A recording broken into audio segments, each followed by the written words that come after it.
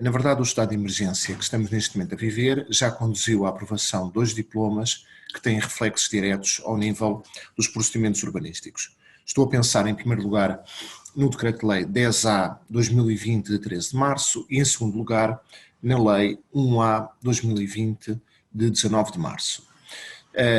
Sendo isto uma intervenção necessariamente breve, eu vou chamar apenas a atenção de algumas alterações que estão neste momento em curso e de alguns problemas outros que não estão suficientemente esclarecidos e que provavelmente carecerão de uma nova alteração legislativa.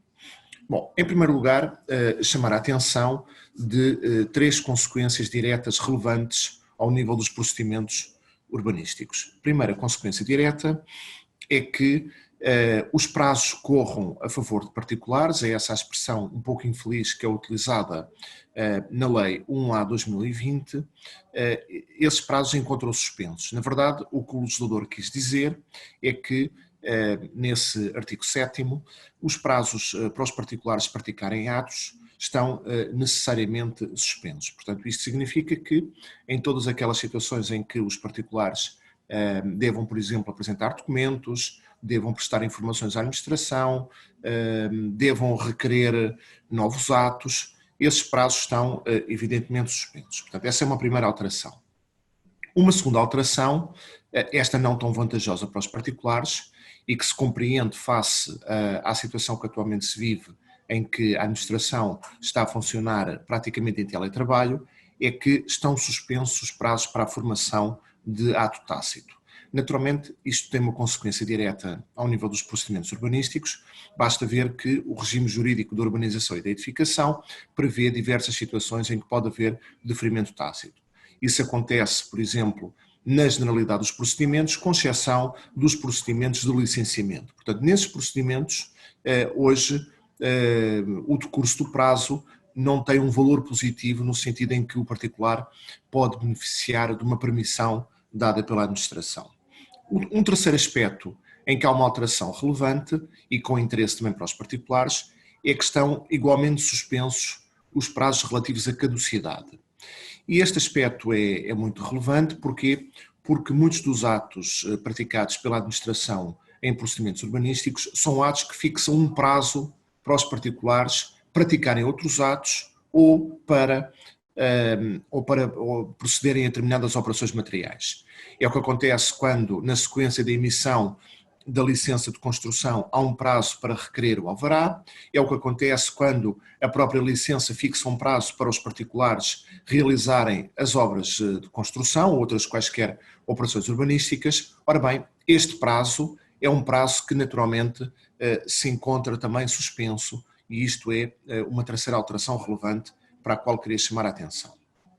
O que é que não está resolvido no âmbito desta legislação? Bom, primeiro dizer que esta legislação peca por ser uma legislação que, do ponto de vista de técnica legislativa, deixa muito a desejar. Nós encontramos diversos casos em que, efetivamente, era desejável que a legislação tivesse sido muito mais clara e em que não é de todo clara. Ora bem, eu queria aqui apontar 2 situações que estão completamente por esclarecer e que têm um impacto direto ao nível dos procedimentos urbanísticos. A primeira situação é uma situação que tem a ver com o prazo para a administração praticar atos dentro do procedimento. Bom, o legislador disse que estão suspensos os prazos de deferimento tácito, mas não estão suspensos os prazos para a administração praticar os atos. O que desde logo levanta um problema que tem a ver com o seguinte, que é saber se nessas situações, tendo a administração que praticar um ato, por exemplo, pode um particular intentar uma intimação judicial para a prática de ato legalmente devido. Naturalmente isso é duvidoso, uma vez que a administração não está a funcionar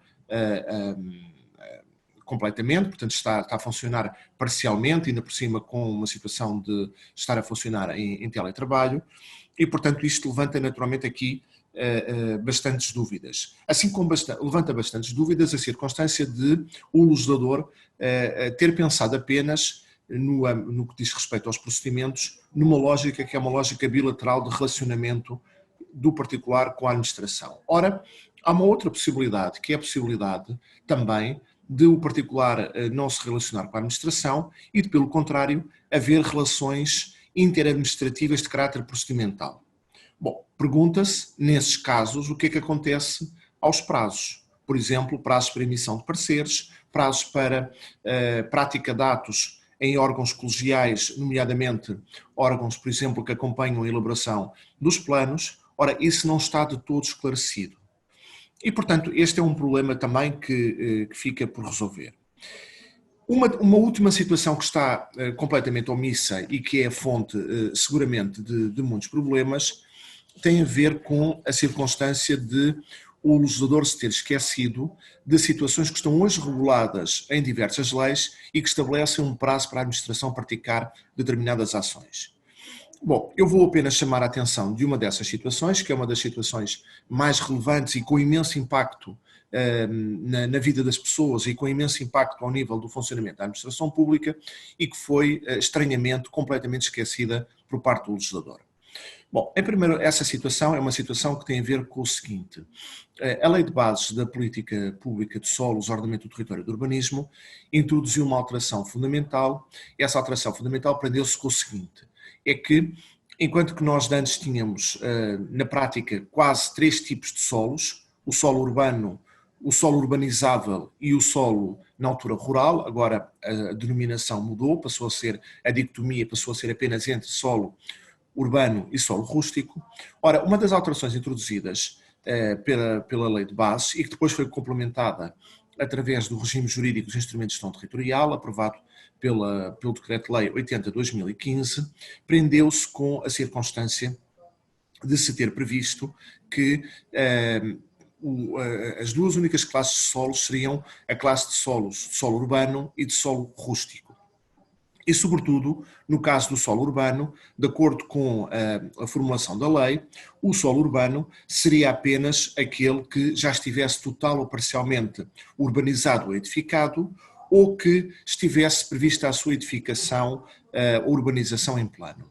O que significa, desde logo, que deixou de ser possível haver, por exemplo, solos urbanos expectantes.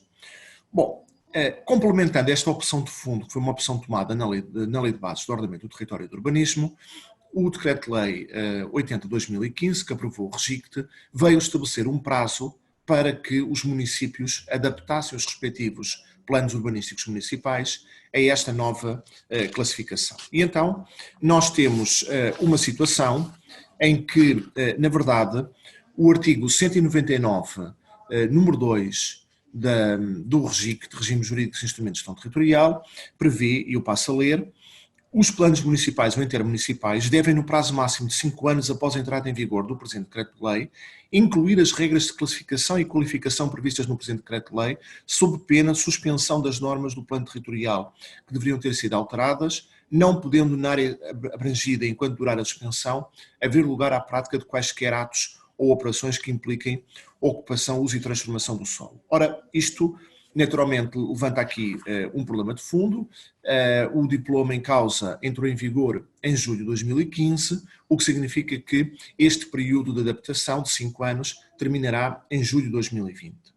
E a pergunta que se coloca, muito concretamente, é a seguinte: bom, se antes da decretação do estado de emergência já havia uma situação em que se verificava, havia atrasos na adaptação dos planos urbanísticos municipais a esta nova nomenclatura prevista na Lei de Bases e depois corporizada também pelo REGICT, a pergunta que se pode colocar é a seguinte: continua a fazer sentido a manutenção deste prazo ou, pelo contrário, o legislador deveria ter optado por também aqui fazer uma alteração e também aqui concretamente prever um prazo que seria um prazo alargado? Ora bem, esta situação não está minimamente acautelada, estamos muito perto de julho de 2020 e chama a atenção para a consequência extremamente negativa que daqui decorrerá para os particulares.